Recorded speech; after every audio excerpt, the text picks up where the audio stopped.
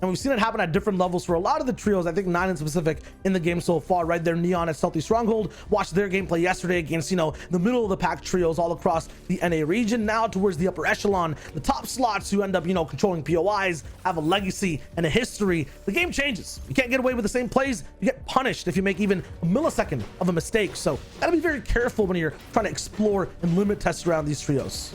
Yeah, and let's not forget, it's all about breaking into that top 10, right? So you want to be the best that you can be. If you want to get a little bit of that prizing, Sway's actually going to take out Saf there in the feed. That's what I never thought I'd see. But before we get there, let's give some more love to the MFAM because the Blackout collection is live. Guys, if you guys haven't seen it, go cop. It's available to you right now. Shop.mfam.gg.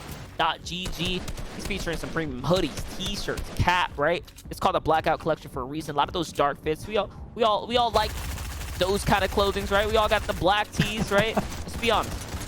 Man, I was talking about it yesterday, man. You know, I just went on the page instantly. I got text backs from, you know, all the questions I've had in my life.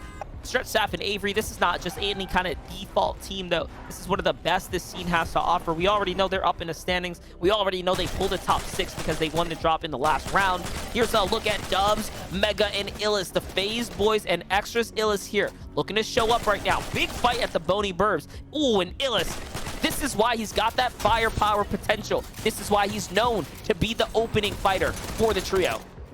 Yeah, right now, Shot's looking bone marrow strong, and he's leaving everyone else kind of like skeletons in the lobby. Sprite's the first one to get dug into the grave. After that, we'll see Tahi trying to be a kind of distraction, I guess. I was going to say about to get bopped with a big jump up, but Dubs takes a lot of damage.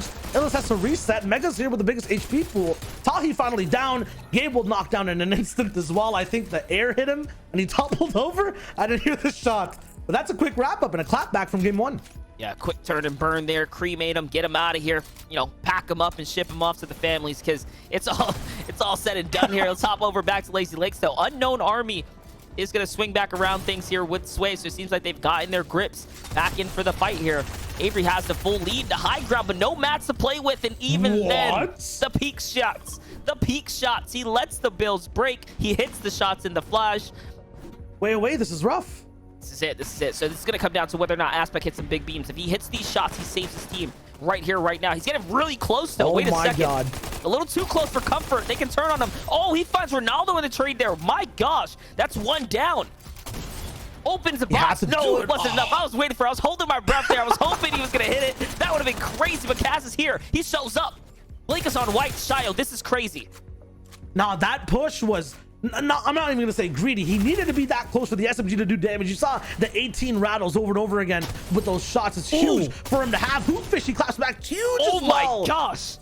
Man, 3 bullets in the chamber, only lands 2/3, but does enough to just complete the whole pie. That's absolutely crazy. RPG hit, dodged, not even sure for Kaz, but he survives 39 HP. Look at the movement, dodging all the shots. Blake is trying. It's not happening though. There's no connections. Oh my goodness, Hoopfish gets a siphon as well. They've turned this around. With no material, one play. You see how one play can make the difference, and it all comes down to the backs of Aspect there, who caught the flank here. Now it's Blake who's left by himself. Oh, where'd that gas can come from? Like, just the perfect setup here for them to turn everything around. They should not be winning this battle right here, but they have managed to turn this around. This is what the Elite Cup has to offer. This is that high-level gameplay that you never know what can happen in these exchanges here against the best of the best. You know what? For Pride, if that's what it's worth, Hoopfishy comes out on top. That was crazy. I don't know exactly how to work around them, but knowing and doing are two different things. Sometimes you know you have to end up going forward, doing some type of risky play to take, you know, your destiny back into your own hands, not just go down the search completely. But it's not going to be possible sometimes. You're going to be put in such difficult situations right now. Day on the back walls of Nick Merckx. I think he took that pump shot straight to the face of Nick, and yes, did end up knocking him down. Past this, Nate Hill and Cypher will try to clap back, but I feel like they're also kind of waiting before engaging in. Oh my god, Nate Hill beams Miro hard and knocks him to reverse. It's tickled to the feet and is not a laughing matter for him at all. Day's knocked too is just reverse left. Look at the clapback. Cypher PK's healthy as well, but they're below the surge, man. They're running on the short clock here. There goes those big tags that they needed, and now they're sitting super pretty. Who would have thunk it right there? Cypher PK wipes up reverse 2K with the help of Nate Hill here, and now all of a sudden they are chilling here. with Booga on low HP, that's trouble for that box. This is going to be a hard fight to win. Yeah, for sure. Here's Clicks now. Trying to slide up to get the pick up. A couple moments here. No, he has to play defense instead. There goes the res coming off. Chaotic Nosh and Nut on the other side here trying to push on in, but there's a sweet surprise there from Booga. He hits a big shot onto Chaotic, and it buys him a little bit more of a window here. But no, they end up getting that finish that they were looking for. And they fight for the loot as well. Commandment looking in. Edgy just up above. They're here. They want to play. They heard the commotion. Bucky following right behind him. So they're going to get a safe rotate. Zlem, Narwhal, and Conquer leading the ground rotate here. But you got to close that target behind you. I do wonder if they have someone there. No, and that's why you have to do it. That's why you have to do it. You saw it right there for a brief moment. They're following enemies now. And all of a sudden, they find free tags, free beams right there. That's a knock onto Nut. So it actually fully comes over. They fully convert too. Picks up all that loot. Huge for them. These guys are looking completely blinged out, man. This is crazy. Look at that high ground. Sap, Avery up above. Once again, where we know to see Sap, where we know to see Stretch up top. No Sate in this formula. Avery filling in. And it seems like they're looking like they're back in prime positioning. Back in prime form where they once were before. They never really left, but it's nice to see them continuing to hold it down here with Avery on the team. Avery having 3 eliminations. Gonzo on second height. They've done it before. That's a wild card trio right there. Yeah, but this time it'll be Avery really raining down, not trying to get into the same situation that happened before. These guys had height over a water zone too. Now it's gonna go straight towards the city like Monster said, so very different terms of wind conditions that have to be met here. Now you want to be staying ahead more so than anything else. You don't need to bully as much down below, but you need to make sure no one is climbing straight up top through these buildings and, you know, getting a better spot to take you guys off of height. We'll see what low ground ends up doing too. Illis and Mega Monster still surviving up to this point as a duo. Yeah, definitely still up right here. No dubs in the equation.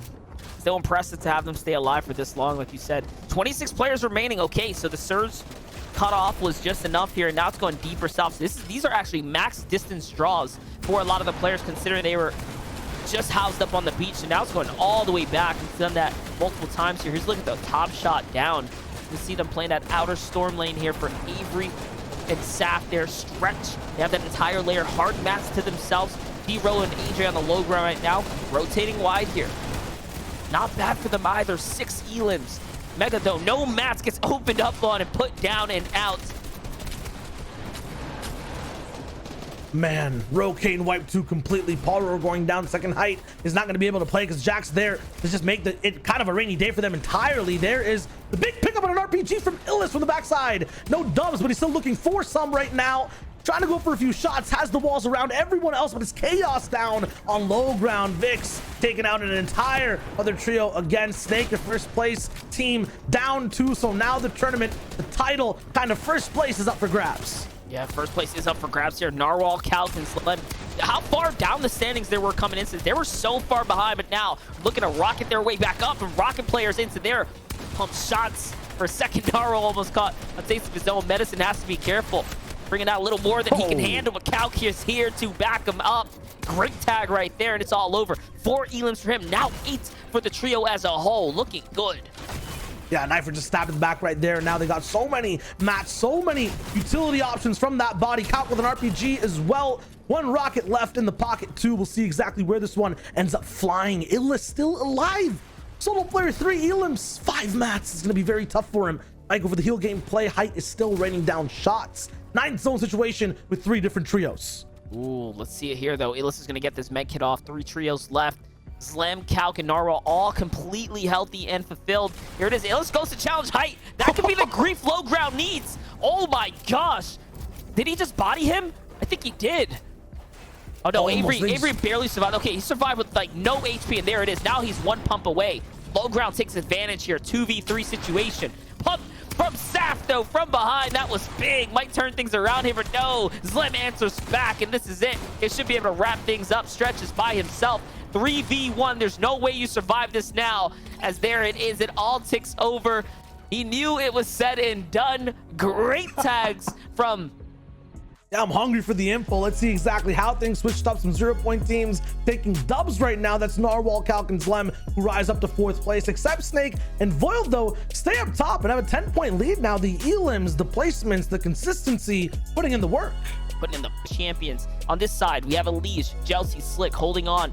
Tied up. More elims, though, is going to best them over. Faze dubs, Faze Mega, and Illis.